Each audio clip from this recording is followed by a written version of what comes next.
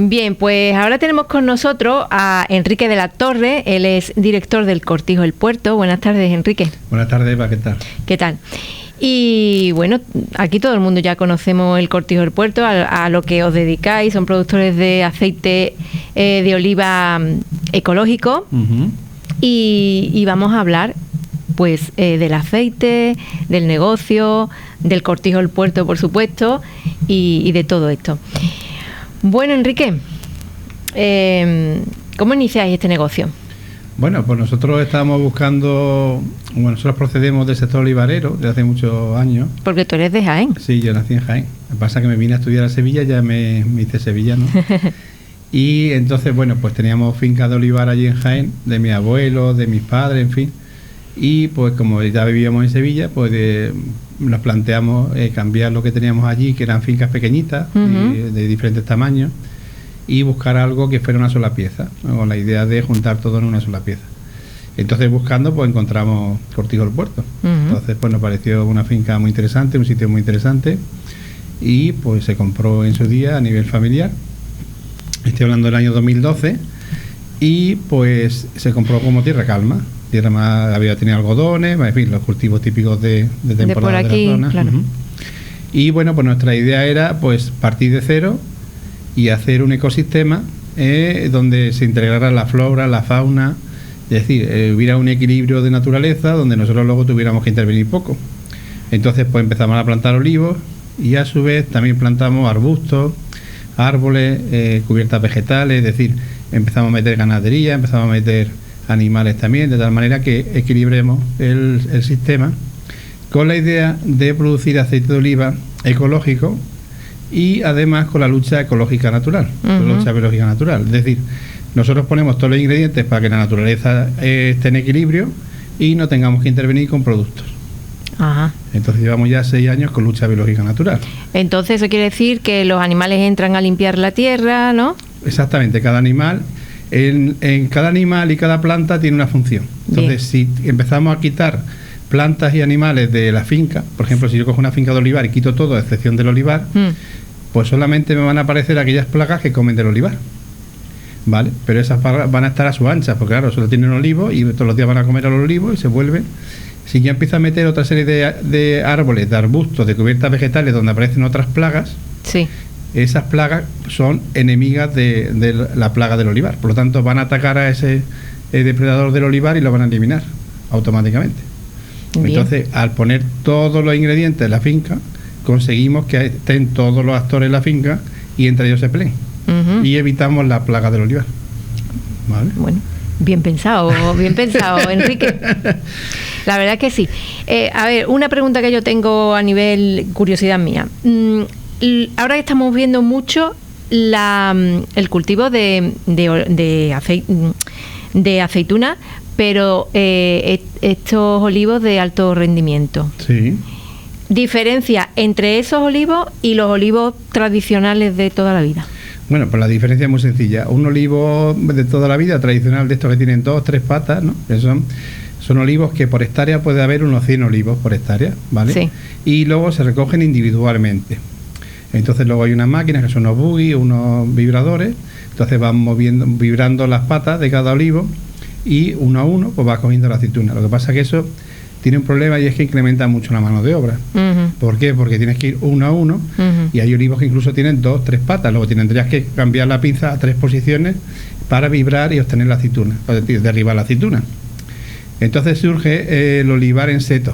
El olivar en seto es un avance muy importante en la agricultura, sobre todo en el sector agrícola, que se pensó viene de la viña, porque antiguamente la viña se ponían las viñas en línea, formando como línea, como si fuera una vía del tren, y entonces la máquina cosechadora de uva, uh-huh, pasaba una sola persona con la máquina y recogía la uva. Uh-huh. Entonces eso se adaptó al olivar y apareció el olivar en seto, que es poner los olivos en línea y, uh-huh, luego hay una máquina cosechadora que los coge uno detrás de otro, ¿vale? Uh-huh. Entonces eso es lo que se llama el olivar en seto, también llamado superintensivo. Lo que pasa es que superintensivo para mí tiene otras connotaciones, que es, tenemos por ejemplo el olivar normal, que serían unas 100 olivos por hectárea, olivar intensivo, que puede estar en torno a 500 olivos por hectárea, y superintensivo a partir de 2.000 olivos por hectárea. independientemente de cómo lo disponga la finca. Es en función del número de olivos, se llama un tipo de otro. En este caso nosotros lo que fuimos a hacer un equilibrio entre no poner muchos olivos por hectárea, pero sí recogerlos en línea, en seto. Sí. Entonces lo que hicimos fue abrir las calles, ponerlas más separadas para tener líneas, pero no tenerlo en superintensivo. Entonces lo que hemos llamado nosotros es un olivar en seto, y además nos permitiera que le entrara luz a la cubierta vegetal, que los animales pudieran andar entre las filas, y lo que nosotros denominamos olivar en seto, que es apto para la recolección mecanizada, pero a su vez certificado en ecológico y con espacios para no sobreexplotar la tierra.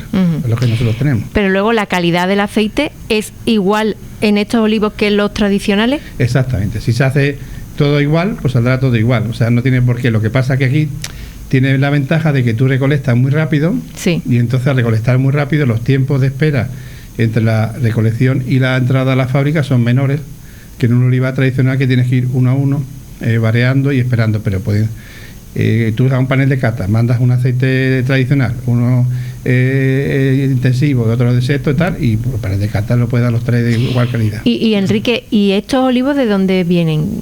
Porque esto es de unos años a esta parte, ¿verdad? Que no tienen mucho, que no son muy antiguos. Los olivos en seto, los superintensivos, esto sí. La finca que yo conozco más vieja está en el norte, en Tarragona, que puede tener 20 y tantos años, 22, 23 años, que todavía está en vigor, ¿no? Porque fue la primera que se lanzaron, y viene de la viña, y viene porque en la viña funcionaba muy bien la recolección mecanizada con una cosechadora, y lo intentaron adaptar al olivo. El problema que tenía este sistema es que el olivo tiene que ser pequeñito. Claro, eso es lo que yo me refiero, porque ¿son diferentes a los otros olivos? Sí, normalmente... ¿Hay otra especie? Sí, normalmente en el olivar en seto superintensivo que se recolecta con máquina, tenemos que poner variedades adaptadas para el olivar en seto superintensivo. Es decir, por ejemplo, una variedad muy buena como picual o hojiblanca, que son las clásicas tradicional aquí, pues en seto no se adapta bien. ¿Por qué? Porque son árboles muy vigorosos. Entonces empiezan a echar mucha madera, muchas ramas, y cuando la máquina pasa, pues la máquina empieza a romper el olivo, porque la máquina tiene un problema, y es que tiene un límite. La boca de entrada donde entra la máquina para recolectar tiene, por ejemplo, 2 metros. Entonces todo lo que pase 2 metros lo rompe. Entonces tienen que ser variedades que por su naturaleza sean pequeñitas o enanas. Entonces al ser enanas se mete dentro de la boca y no rompen nada, ¿vale? En cambio, variedades tradicionales como picual, hojiblanca y demás son muy vigorosas, hacen muchas ramas gruesas, entonces pasa la máquina y las va tronchando. Claro. Entonces, en el olivar en seto tenemos que elegir variedades de aceituna que se adaptan a ese tipo de cultivo, claro. Bueno, me dice que lleváis produciendo desde 2012. Desde 2012 lleváis produciendo aceite de oliva. ¿Qué características tiene el aceite de oliva del Cortijo del Puerto? Hombre, pues el aceite de oliva de Cortijo del Puerto es un aceite muy particular. Primero porque tenemos muchas variedades.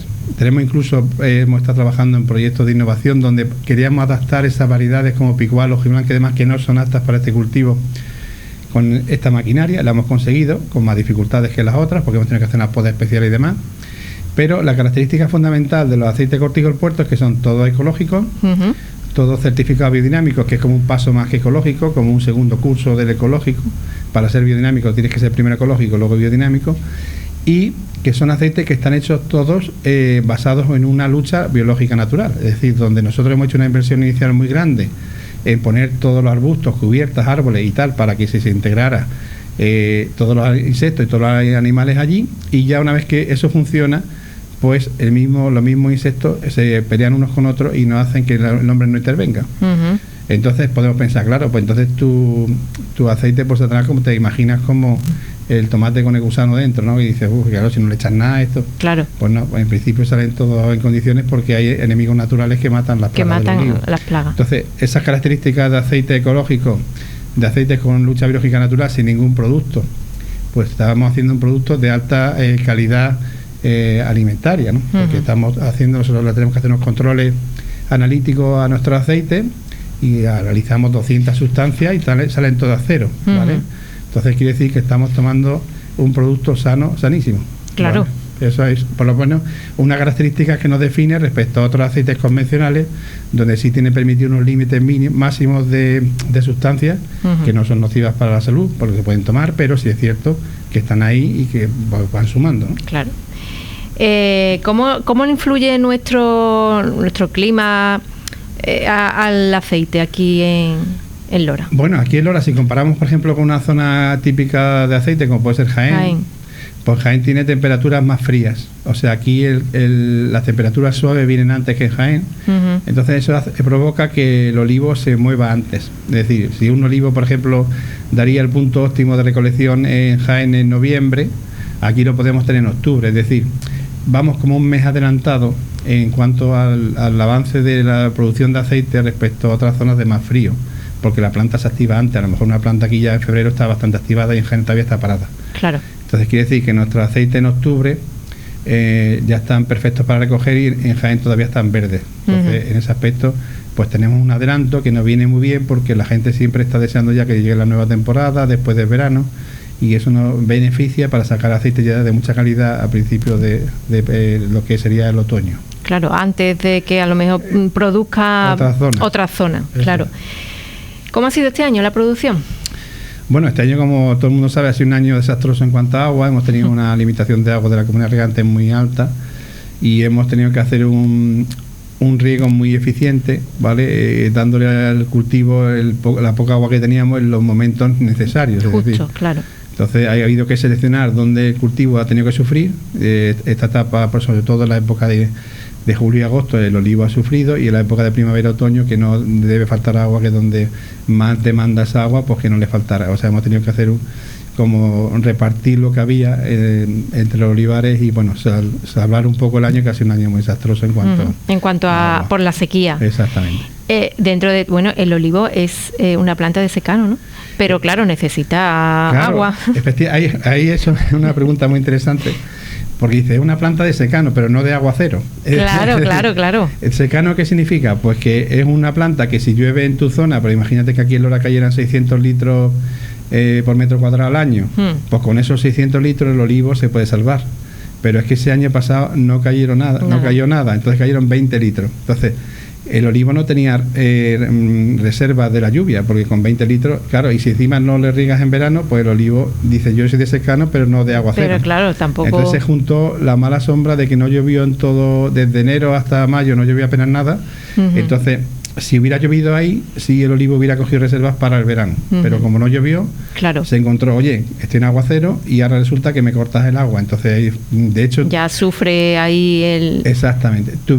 Detectamos, por supuesto, un retraso en la maduración tremenda. O sea, un olivo que podía otro año normal de agua, que en 1 de octubre está perfecto para recoger, en 1 de octubre estaba todavía pensando en cuánta aceite iba a hacer. O sea, unos rendimientos bajísimos, porque el olivo se había protegido al mismo, chupando agua de la aceituna, autoprotegiéndose para no morirse. Claro. Entonces, cuando te tiene que autoproteger, lo que hace es que coge la propia agua de la aceituna, deshidrata el fruto y él se protege.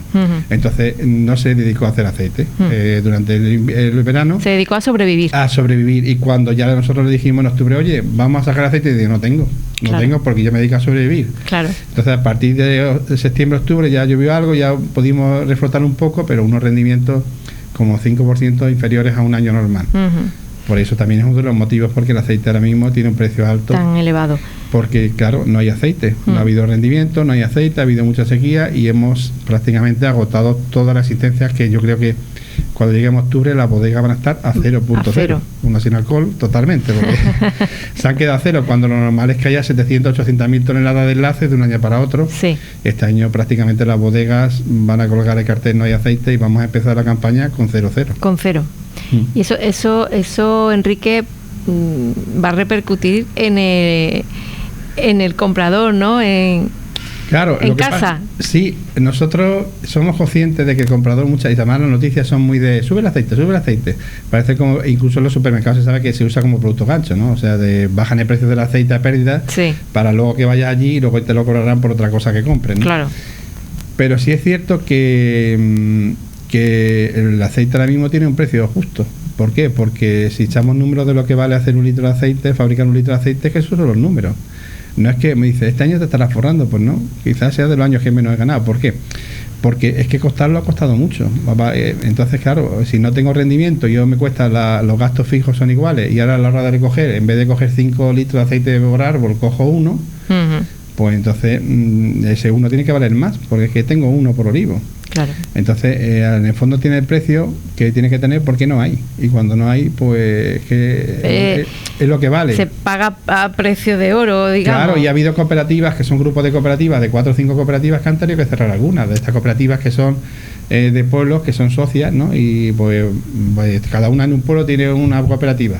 Pues han dicho, mira, la de tu pueblo la cerramos y que vaya los de al lado a la otra, porque es que no hay podemos mantener estos gastos, porque la cosecha así es muy baja, los rendimientos muy bajos y no podemos mantener 5 fábricas abiertas.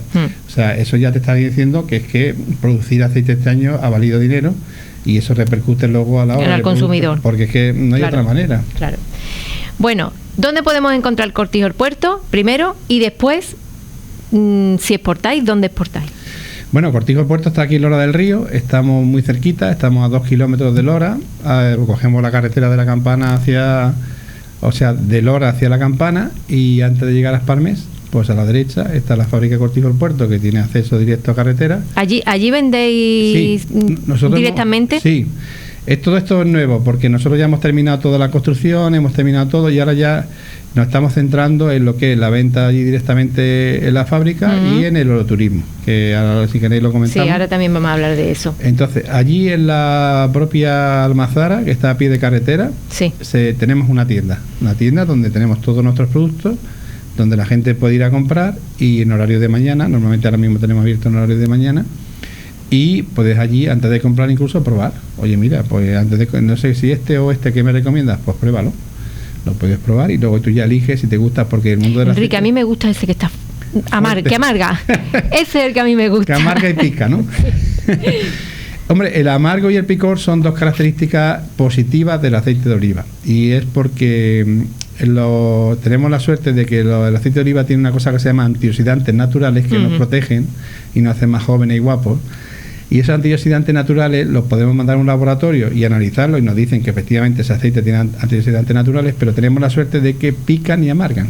Bien. Por lo tanto, si nosotros probamos un aceite y pica y amarga, no hace falta mandarlo al laboratorio. Ya sabemos que ese aceite es saludable porque tiene antioxidantes naturales. Bien.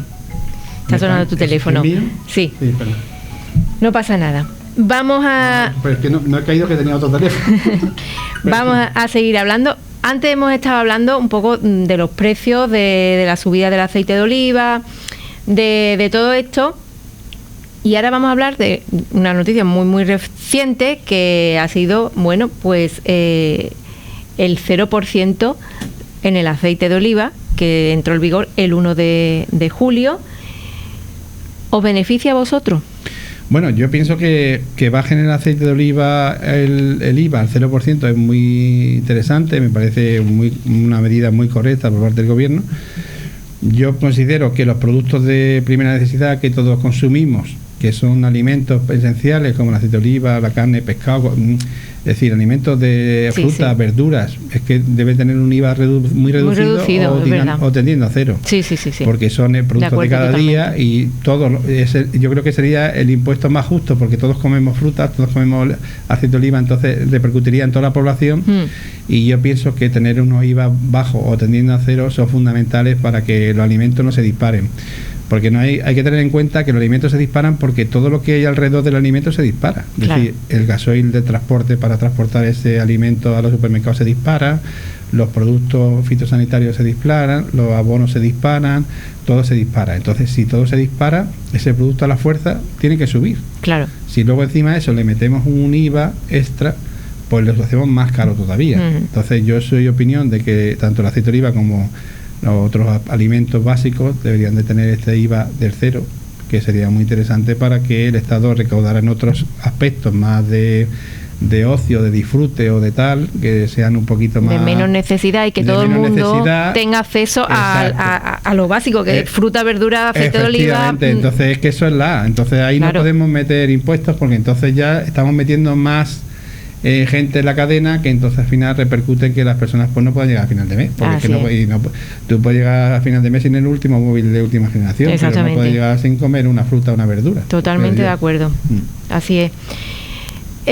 Bueno, Enrique, este sábado ya comenzará la primera excursión al Cortijo del Puerto. Cuéntanos qué se va a poder experimentar allí. Bueno, pues nosotros cuando hicimos la fábrica, lo que es la Almazara, nos dimos cuenta de que la fábrica tenía 3 meses de trabajo, de producción, y luego tenía 9 meses parada, donde teníamos que parar las máquinas y solamente nos dejábamos a comercialización.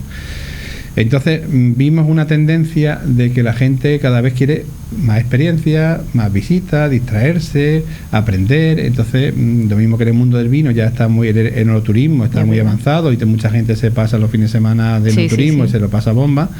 Pues ahora está saliendo, empezando a, muy lejos del enoturismo todavía, pero que va con fuerza, es el oleoturismo, es decir, el turismo relacionado con el aceite de oliva.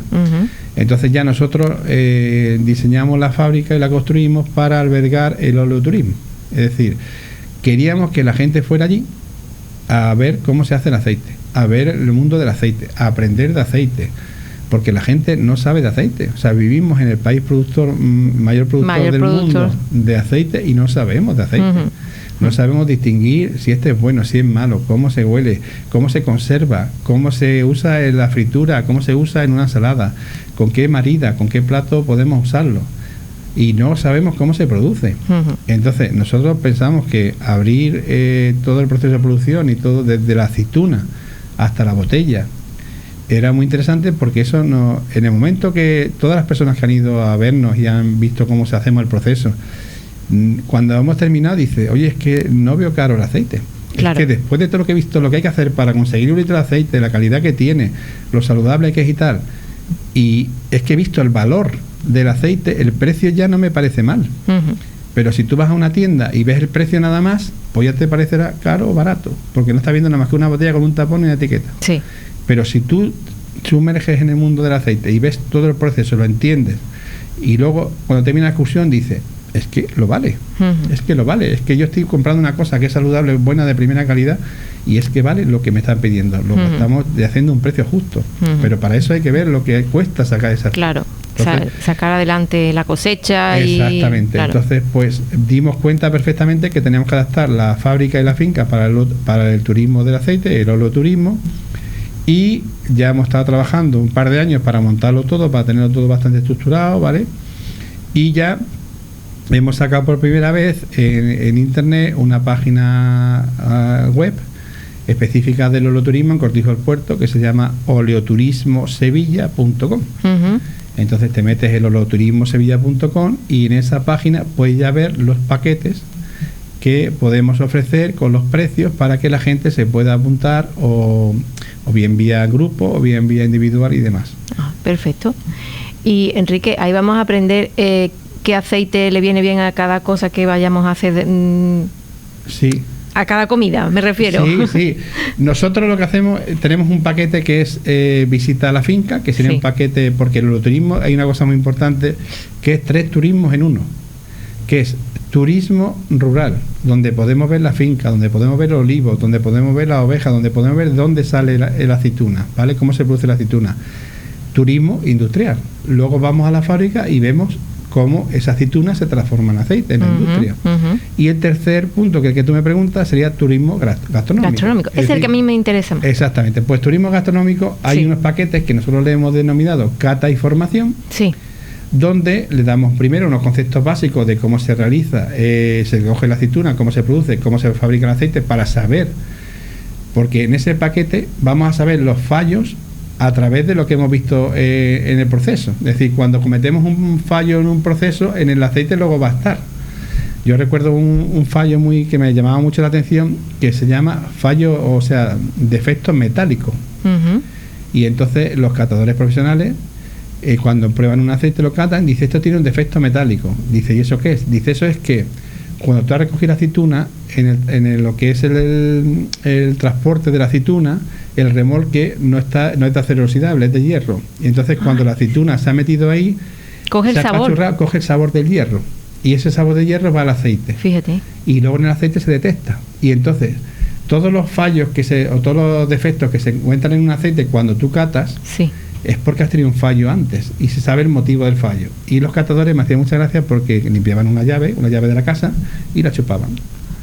Entonces dice, ¿qué estás haciendo? Dice, estoy aprendiendo, memorizando el defecto metálico, porque cuando yo pruebo un aceite que me recuerda cuando chupo una llave, ese es un defecto metálico, y es porque el remolque o en algún proceso durante la fabricación no tenemos acero inoxidable y el hierro se ha oxidado y se ha metido en el aceite. En el aceite, fíjate. Entonces, es muy importante, antes de empezar a la sección gastronómica y de cata, saber cómo se ha hecho, porque luego vamos a saber asociar ese defecto a por qué se debe. A todo el proceso anterior. Exactamente. Entonces, en la cata, lo que se hace es primero una introducción teórica, donde se explica todo, incluso se explica los tipos de aceite que hay, cómo elegir un aceite en un supermercado, qué es lo que significa cada aceite. Y una de las cosas muy interesantes es cómo maridarlos y cómo utilizarlos. Es decir, no es lo mismo utilizar un aceite para freír que utilizar un aceite para una ensalada. Eso no es lo mismo decir. Un aceite para un cocido que un aceite para una ensalada. Es decir, por ejemplo, si yo voy a freír con un aceite de oliva, tenemos que coger aceites, variedades, cada variedad tiene su personalidad. Variedades que la temperatura de destrucción, es decir, la temperatura de destrucción yo le llamo cuando tú le pones el aceite a hervir y coge una temperatura que a partir de, por ejemplo, de 170 grados, el aceite se destruye y se desarma, es como si desaparece. Sí. Entonces hay variedades que a 130 tienen una temperatura de destrucción y hay variedades que tienen a 180. Claro. Entonces, si yo voy a cocinar, tengo que coger variedades de 180. Claro. Para que no se me destruya y haga su función cuando estoy cocinando, estoy friendo. Uh-huh. Eso es muy interesante. Uh-huh. Es decir, variedad de destrucción alta. Es decir, tenemos que ir seleccionando cada variedad, cómo hacerlo. Si yo, por ejemplo, el aceite tiene que ser un acompañante de lujo, pero no puede ser el sabor principal de un plato, porque si yo tengo un salmón y le echo mucho aceite, al final sabe aceite. Claro. Entonces, ¿cómo combinar? Menos en las tostaditas. Exacto, la tostada sí, porque la tostada es el producto principal. Claro, yo digo claro. Cuando va de acompañamiento, la tostada sí, porque estamos... Entonces, si yo voy a hacer, por ejemplo, un plato muy fuerte, puedo usar aceites que piquen y amarguen fuertes porque van a la par. Uh-huh. Pero si yo hago un plato suavecito y le meto un aceite muy cañero, al final sabe todo al aceite. Al aceite, claro. Yo tengo que ir con aceites más dulces, que le den un poquito incluso para los postres. Por ejemplo, yo quiero hacer postres, pues yo cojo aceites dulces. Claro. Y esos aceites dulces acompañan al postre, le dan su gracia y luego un picantito, pero muy suave. Porque si le metemos el otro, sabe mucho aceite. Mira, es que yo te digo yo que a mí me gusta el aceite este... Porque la tía de mi marido, la mujer, hacía la mayonesa y la hacía con el aceite picante. Este que yo te estoy picante. De amargo. Ese. Y a mí me encantaba. Porque es que le daba aquello una gracia que claro, le daba el toque. Claro, es que le daba un toque bastante diferente. Mucha personalidad. Sí. Y me encantaba. En fin. De hecho, te iba a comentar que... Sí, dime, Enrique. El tema de los picantes y los amargos se me ha ido. Perdona. Estábamos hablando de la comida. Dependiendo de lo que vayas a hacer de comer, pues hay que usar un aceite u otro aceite. Efectivamente. La forma de detectar los picantes y los amargos son cosas diferentes. O sea, cuando tú catas un aceite y te lo echas a la boca un poquito, ¿vale? Y entonces, antes de tragar, le das vuelta a la boca. Sí. Y si ahí te chirría, te hace como que me pica, como que amarga. Eso es amargo. Eso es amargo. Eso es amargo. Si tú antes de tragártelo ahí te chirría, eso no es picante, eso es amargo. Bien. Y cuando tú te lo tragas y ya te pasa por aquí, pum, y la sensación táctil, eso es el picante. El picorcillo se te queda por aquí. El picorcillo tiene que ser cuando te lo tragas. O sea, tú sin tragarte un aceite no puedes decir que pica. Hasta que no te lo tragas no puedes opinar. Es decir, antes de tragártelo puedes opinar sobre el amargo. Y cuando te lo tragas, opinas sobre el picante. Pica. Entonces dice, a mí me gusta picante, pues tienes que habértelo tragado y cuando te haya pasado ya por aquí, pum, es cuando tú detectas el picante. De hecho, que estamos aprendiendo. Hay una variedad muy curiosa, que es la variedad hojiblanca, que para mí organolépticamente es la número uno, es impresionante, que tiene un picante retardado. Y tiene como 10 segundos para detectar el picante, ¿no? Entonces, si tú la hojiblanca la coges muy verde, que tiene mucho picante, tiene muy poco amargo, tú te lo echas a la boca y bueno, María dice, esto amarga un poquito, pero poco, y luego cuando te lo tragas, dice, uno pica, y a los 10 segundos viene como... empieza a picar. Exactamente, retroactivo viene el picante. Y nos pasó una vez una cosa muy curiosa en Sevilla, en Bicultura, que vino un ruso, y dice, yo quiero el aceite, porque yo soy ruso y yo estoy acostumbrado a los vodkas, y yo me tomo los vodkas de 3 en 3, y quiero un aceite que pique y amargue muchísimo. Y estaba el hojiblanca recién salido y además lo habíamos cogido ese año muy verde. Digo, mira, pero ten cuidado que esto no sé qué me cuánto. Y entonces le daba un vasito para probar un poquito y se tomó el vaso como si fuera un vodka. Exactamente. y se lo toma, y como el hojiblanca tiene el picante retardado, pues los primeros le dio 8 segundos, 9 para decir, pues esto no es no sé qué, y empezó, mira, empezó a entrar el picante retardado, se puso rojo, le tuvimos que dar aire, agua, vamos, dice, madre mía, claro, digo, verás tú cuando lleguen los 10 segundos. Claro, y entonces, si se lo tomó ahí de tirón, no veas. Y como diciendo, esto como, y ya esto se vino abajo, empezó ya a ponerse rojo, le tuvimos que dar agua, un poquito de aire, y dice, me encanta, 2 cajas, digo. Madre mía. Para que veas todo el mundo el aceite, que parece que no, pero tiene muchas anécdotas también curiosas. Sí. Bueno, Enrique, proyectos que tenéis para el futuro, porque ahora esto es nuevo, es muy novedoso, las excursiones, ¿qué tenéis proyectado? Pues nosotros para el futuro las excursiones. Las excursiones. O sea, nosotros tenemos claro que la gente quiere experiencia, quiere aprender, quiere pasar un rato con la familia, quiere disfrutar. Y nosotros pensamos que tenemos todos los ingredientes para que la gente vaya allí y vuelva y vea otras perspectivas diferentes del mundo del aceite. Entonces, además, muy interesante, ¿eh? Sí, hemos preparado excursiones de todo tipo, la gente que le gusta más el campo, la gente que le gusta más el turismo industrial, la gente que le gusta más las catas, los maridajes, incluso tenemos un salón arriba para eventos de empresa, donde cabe hasta 250 personas, donde una empresa puede alquilar el salón y entonces pues allí organiza su reunión con empleados o estrategias. Luego también tenemos aperitivos, tenemos desayunos molineros, ofrecemos catering, y entonces puede hacer un día de jornada empresarial donde va alternando estrategias de empresa con un poquito de catering para tomarte una cervecita con los compañeros que no ves, o bien pues una experiencia de cata o de visita y demás, ¿no? Entonces ahí intentamos dar todas las combinaciones para que tú elijas luego la que más se adapta. La que más se adapta a ti. Y pensamos que, de hecho también una otra anécdota muy curiosa, es que una vez fuimos a una escuela de la época, se puso de moda Masterchef, cuando bueno, todavía sigue, ¿no? Pero que sí, cuando estaba más a tope, ¿no? Más a tope. Entonces surgieron empresas pues que hacían como Masterchef privados, ¿no? Donde te enseñaban a ser cocinero y después tú te apuntabas y todos los días te enseñaban más técnicas y tú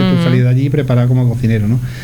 Entonces nos llamaron para una empresa para que un día diéramos nosotros una charla a los futuros cocineros sobre aceite de oliva, ¿no? Entonces ese día pues los futuros cocineros estaban como enfadados, ¿no? Como diciendo, vamos a estar aquí una mañana hablando de aceite de oliva. Claro. Esto no me cuadra. Porque bueno, no, pero yo creo que es que no se le da la importancia que realmente tiene, ¿verdad? Exactamente. Entonces, como yo diciendo, esto en 5 minutos no lo ventilamos, ¿no? El aceite de sota caballo rey. Claro. Bueno, pues estuvimos una mañana hablando, se metieron en el ajo, entonces empezaron un montón de preguntas, un montón de anécdotas, un montón no sé qué, y se fueron encantados. Y cuando salían del curso decían, en mi vida me iba a imaginar yo que el mundo del aceite de oliva podía tener tantas combinaciones, tantas opciones, cómo usarlo, cómo manejarlo, cómo conservarlo. Y entonces se fueron encantados porque es que tienes que tener en cuenta que ese cocinero, si en un futuro ya domina el aceite de oliva, pues puede manejarlo muy bien durante la cocina, porque es un ingrediente habitual, esencial, no puede decir vale todo. En nuestra dieta, en nuestra dieta mediterránea. Por lo tanto, tiene mucho que descubrir, mucho que ver, y pensamos que la gente va a disfrutar mucho con estas excursiones. Seguro que sí.